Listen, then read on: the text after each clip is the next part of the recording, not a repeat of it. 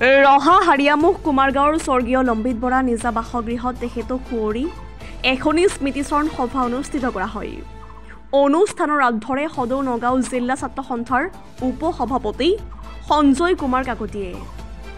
উক্ত সভাত উপস্থিত থাকে সদৌ তিৱা ছাত্ৰ সন্থাৰ উপদেষ্টা প্ৰহ্লাদ মছৰং, ৰহা আঞ্চলিক সাংবাদিক সন্থাৰ সভাপতি দীপক শৰ্মা, সদৌ নগাঁও জিলা ছাত্ৰ সন্থাৰ উপ সভাপতি সঞ্জয় কুমাৰ কাকতি আৰু ৰহাৰ বিশিষ্ট ব্যৱসায়ী প্ৰবোধ কলিতা আৰু অঞ্চলৰ ৰাইজসকল।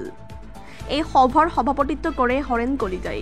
সভাৰ সৰ্বসন্মতিক্ৰমে তেওঁৰ স্মৃতিৰূপত কেইবাটাও প্ৰস্তাৱ গ্ৰহণ কৰা হয়। আমাক জনোৱা অনুসৰি প্ৰস্তাৱসমূহ হ'ল স্বৰ্গীয় লম্বিত বৰা বাবাৰ এটি প্ৰতিমূৰ্তি নিৰ্মাণ, তেখেতৰ জীৱনৰ ওপৰত এখনি কিতাপ, তেখেতৰ বছৰীয়াত 12 গঞা ৰাইজ মিলিত হৈ এখনি ভাওনা মঞ্চস্থ কৰা। ৰহাৰ পৰা সাংবাদিক নৱজ্যোতি ভূঞাৰ ৰিপৰ্ট, JNKT নিউজ। বাবা স্মৃতিচাৰণ সভা অনুষ্ঠিত হৈছে। ক'ব গ'লে বাবা আমাৰ প্ৰত্যেক ঘৰ ৰহাবাসী বা বহুত দূৰ দূৰণিৰ মানুহৰ আপোনাৰ অভিভাৱক সদৃশ। যিকোনো বিপদৰ সময়ত তেখেতৰ তাত আহি আমি ৰাস্তা পাইছিলোঁ আৰু তেখেতৰ আজিৰ স্বাৰ্থত আমি স্মৃতিচাৰণ সভা আয়োজন কৰিছিলোঁ। ইয়াত পৰিয়ালবৰ্গ তথা স্থানীয় ব্যক্তি আৰু সকলো আছে। আমাৰ সদৌ তিৱা ছাত্ৰ সন্থাৰ উপদেষ্টা প্ৰহ্লাদ মছৰং ডাঙৰীয়া, ৰহা আঞ্চলিক সাংবাদিক সন্থাৰ সভাপতি দীপক শৰ্মা ডাঙৰীয়া, জ্যেষ্ঠ সাংবাদিক চয়ল খেতান ডাঙৰীয়া, বিশিষ্ট ব্যৱসায়ী প্ৰবোধ কলিতাকে আদি কৰি সমগ্ৰ অঞ্চলৰ ৰাইজ ইয়াত সমবেত হৈছিলে। আৰু স্মৃতিচাৰণ সভাত তেখেতৰ সকলোৱে অশ্ৰুসিক্ত নয়নেৰে তেখেতক স্মৰণ কৰিছে, লগতে কেইটামান প্ৰস্তাৱো গ্ৰহণ কৰিছে। প্ৰথম হ'ল তেখেতৰ এটা প্ৰতিমূৰ্তি হ'ব লাগে, দ্বিতীয়তে তেখেতে যিমান মানুহক উপকাৰ কৰিলে এখন গ্ৰন্থ এখন তেখেতৰ যাতে জীৱন আদৰ্শ আমাৰ মাজত জীয়াই থাকে আৰু বছৰেকীয়াত যাতে তেওঁৰ প্ৰতিমূৰ্তিটো সম্পূৰ্ণ হয়। আৰু সেইদিনা এখন অংকীয়া ভাওনা, তেখেত যিহেতু গায়ন বায়নৰ সূত্ৰধাৰো আছিলে, এখন গায়ন বায়ন ভাওনা এখন হৈ ৰাজহুৱা এটা অনুষ্ঠান হওক। আৰু এইখিনি ক্ষেত্ৰত সমগ্ৰ অসমবাসী ৰাইজৰ সহায় সহযোগিতা লাগিব। আমি সমগ্ৰ ৰহাবাসী হৈ সমগ্ৰ অসমৰ ৰাইজৰ আগত সহায় সহযোগিতা বিচাৰিছোঁ যাতে তেখেতৰ প্ৰতিমূৰ্তিটো খুব সুন্দৰভাৱে আমি নিৰ্মাণ কৰিব পাৰোঁ। লগতে এখন গ্ৰন্থ তেখেতৰ লগত যাৰ যি স্মৃতি আছে সকলোবোৰ লিখি পেলাই পৰিয়ালবৰ্গক জমা দিয়ক। আমি সকলোৱে মিলিজুলি এখন গ্ৰন্থ আৰু প্ৰতিমূৰ্তি আৰু এখন ভাওনা আমি তেখেতৰ স্মৰণত যাতে বছৰেকীয়াত আমি কৰিব পাৰোঁ।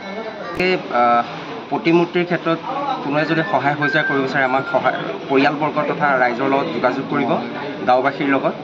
আৰু গ্ৰন্থ তেখেতৰ লগত যিবোৰ স্মৃতি আমাৰ জড়িত হৈ আছে সকলোৱে লিখক, লিখি পেলাই পৰিয়ালবৰ্গক জমা দিয়কহি।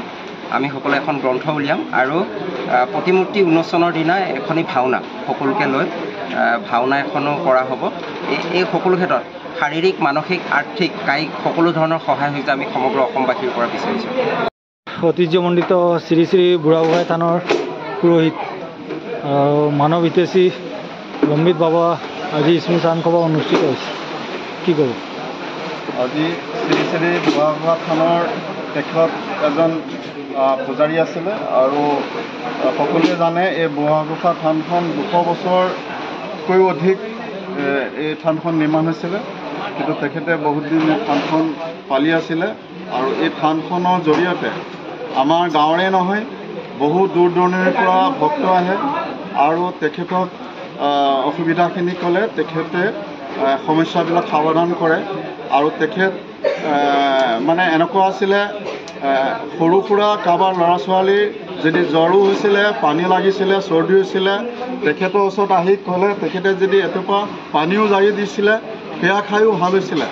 গতিকে তেখেত অন্যতম, তেখেত আমাৰ গাঁৱৰ ককাই ভাই আছিলে, তেখেত আমাৰ গুৰু আছিলে, তেখেত আমাৰ ভগৱান তুল্য হয়। গতিকে তেখেত আজি স্বৰ্গগামী হৈছে। আমি সকলোৱে তেখেতৰ স্বৰ্গগামীত দুখ পাইছোঁ। তেখেতক আজি এখন পতা হৈছিলে, তেখেতৰ এখন শোকসভা পতা হৈছিলে। সেই শোকসভাখনত প্ৰস্তাৱ লৈছোঁ আমি যে প্ৰথম তেখেতৰ এটা প্ৰতিচ্ছবি হ'ব লাগে আৰু দ্বিতীয়তে এখন ডাঙৰ গ্ৰন্থ উন্মোচন হ'ব লাগে আৰু তৃতীয়তে তেখেত যিদিনা মৃত্যু হৈছিলে সেইদিনা সেই এবছৰত তেখেতৰ সেই মূৰ্তিটো উন্মোচনত এখন অংকীয়া নাট কৰিবৰ কাৰণে আমি মনস্থ কৰিছোঁ। ইমানেই ক'লোঁ আৰু।